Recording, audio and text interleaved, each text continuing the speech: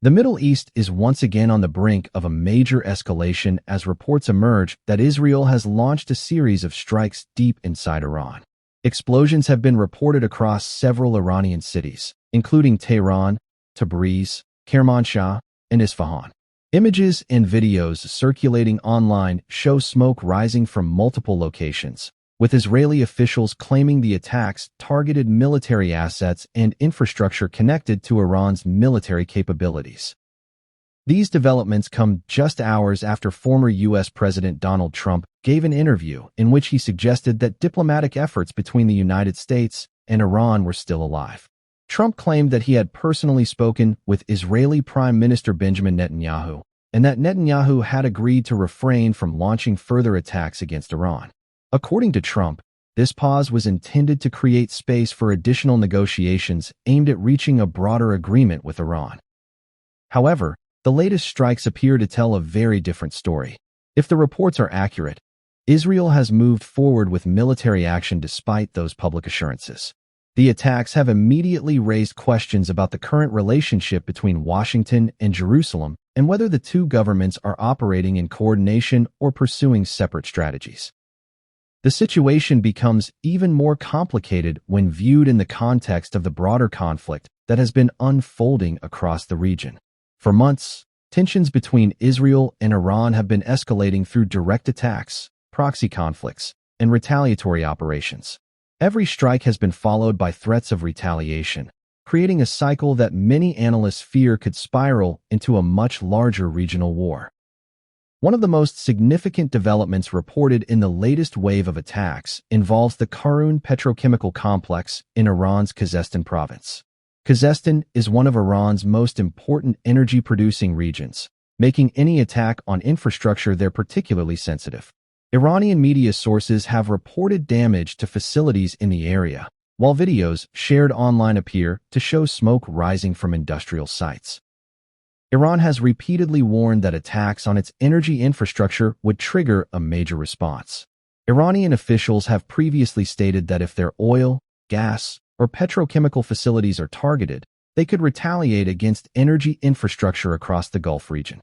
Such a response would dramatically expand the conflict beyond Israel and Iran, potentially threatening global energy markets and drawing additional countries into the crisis. At the same time, questions are emerging about the accuracy of official statements coming from various governments. Some U.S. defense officials have reportedly described the Israeli operation as limited in scope, saying that the targets were primarily missile launch sites and military infrastructure. However, reports of damage to petrochemical facilities have led some observers to challenge that characterization. Another key factor in this escalating crisis involves Lebanon. Earlier reports indicated that Israel had carried out strikes in Beirut despite warnings from both regional actors and international leaders. Iran had previously declared that attacks on Beirut represented a red line and that any such strike would be met with retaliation.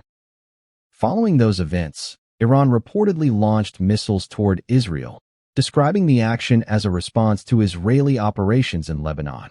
This exchange added yet another layer to an already volatile situation, linking the conflict in Lebanon directly to the confrontation between Israel and Iran. According to reports, Trump had urged both sides to step back from further escalation. His public position emphasized negotiations and diplomacy, arguing that continued military exchanges would only make it harder to achieve a long-term settlement. Trump repeatedly stated that an agreement with Iran was close and suggested that negotiations could reach a breakthrough within days. Despite those statements, the latest developments suggest that military realities on the ground may be moving faster than diplomatic efforts.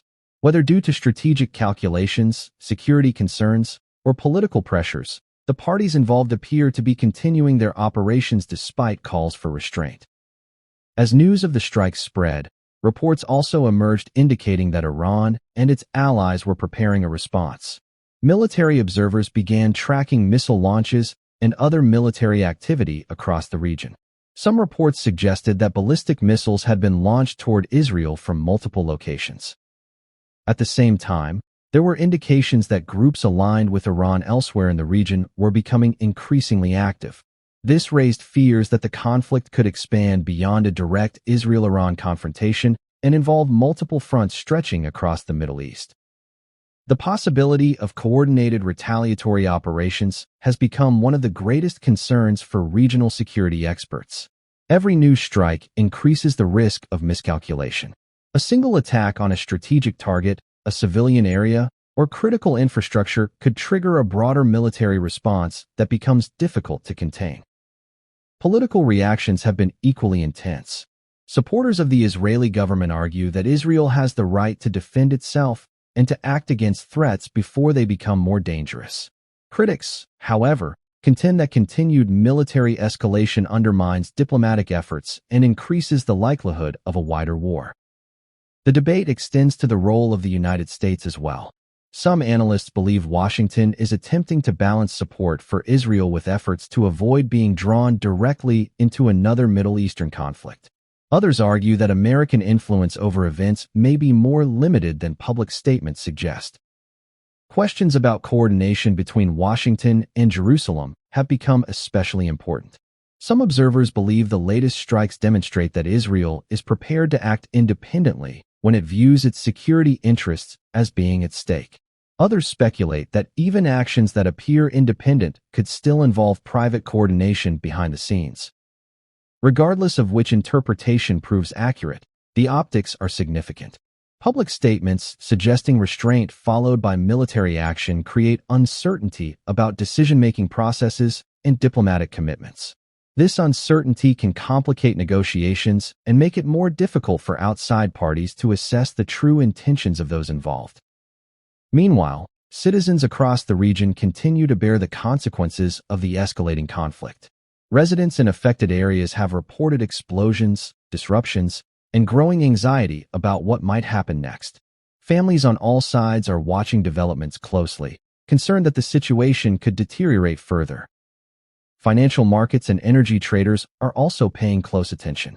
Any threat to major energy infrastructure in the Middle East has the potential to affect global oil supplies and international energy prices. Even the possibility of disruptions can generate significant economic uncertainty. As military activity continues, world leaders face increasing pressure to prevent further escalation. Diplomatic channels remain active, but their effectiveness will depend on whether the parties involved believe negotiations can achieve their objectives more effectively than military action. For now, the situation remains highly fluid. Reports continue to emerge from multiple locations, and information is changing rapidly. Governments, intelligence agencies, journalists, and analysts are all attempting to determine the full scope of the attacks and the likely response. What is clear is that the latest exchange represents another major step in an already dangerous cycle of escalation. Israel has carried out strikes inside Iran. Iran appears prepared to respond.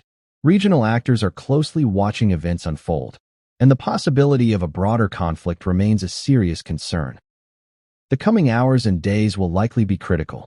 The decisions made by leaders in Israel, Iran, the United States, and neighboring countries could determine whether the region moves toward renewed diplomacy or enters an even more dangerous phase of confrontation.